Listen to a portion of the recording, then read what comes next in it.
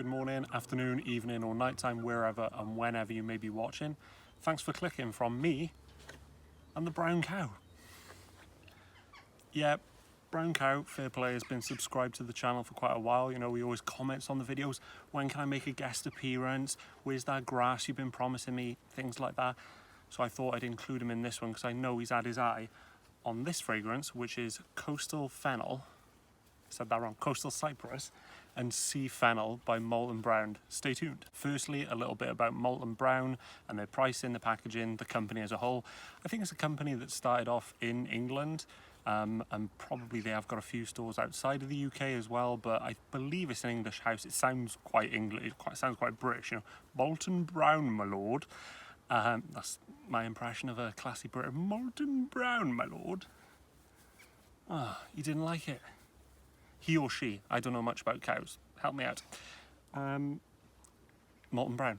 So yeah, it's a British house as to my knowledge, and they mainly focus on bath soap, bath shower gels, things like that, like exfoliating, hand wash. That crow is also going to be making a lot of noise during the video, just so you're aware. But they've also got a fragrance line running alongside it. Brown cow's back. And yeah, I know that they've recently gone through an overhaul of their design. This is one of the newer bottles. This is the Eau de Toilette bottles, as you can tell from just the metallic looking cap. The Eau de Parfum bottles, they each have its own sort of coloration on the cap, depends on which fragrance you get.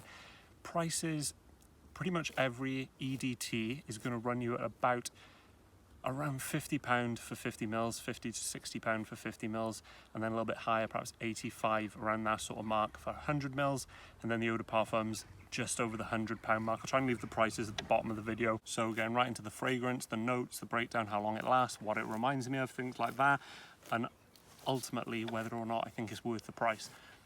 So the top notes of this one, you've got, I've written it down from memory, fig leaves, cardamom, and bergamot. Apart from bergamot, I don't think I get fig leaves. I don't think I necessarily get cardamom.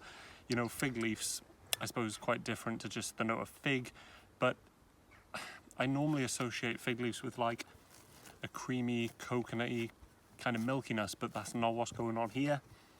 It's, if anything, I'm surprised there's not black pepper listed in the top of this, because I get quite a, not super masculine, but there's definitely like a black pepper edge going on, which leans, it does lean more manly than feminine, but it's like it's a fresh, bracing, it kind of fits in with the name of it, you know, Coastal Cypress and Sea Fennel. You get that sort of like waves hitting against rocks kind of vibe. You can see kind of, you know, the name matches up with that. Guys, I'm starting to feel a bit like Noah and his ark at the moment. I don't know, that's adorable though. That's pretty cute, isn't it? Let's just take that in for a second. Wow. Yeah, so going on to the fragrance, in the middle notes, you've got C notes, jasmine and violet leaf. Don't pick up a lot of jasmine, doesn't remind me of white florals. Don't pick up violet leaf. The C notes are the main thing that I'm getting from this. It's just got that sort of like fresh pepperiness with the C notes, sort of more minerally than aquatic. But yeah, like a mineraliness. And there in the middle is where it reminds me of another fragrance, which is Imaginary Author's Every Storm a Serenade, which happens to be my favorite fragrance of all time. In the base of this fragrance, you've got cedar and cypress, so that's where that Coastal Cypress comes in.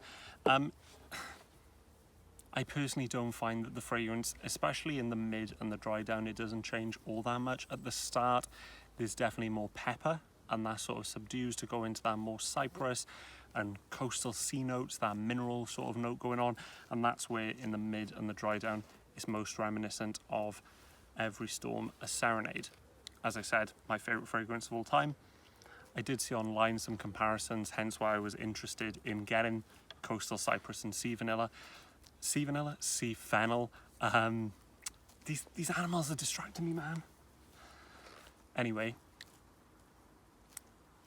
there are similarities there, but in my opinion, you can sort of just smell the quality difference. I feel like Molton Brown's Coastal Cypress and Sea Fennel is a more mass appealing. Oh no, is that on the video? The brown cow having a wee? Is a more mass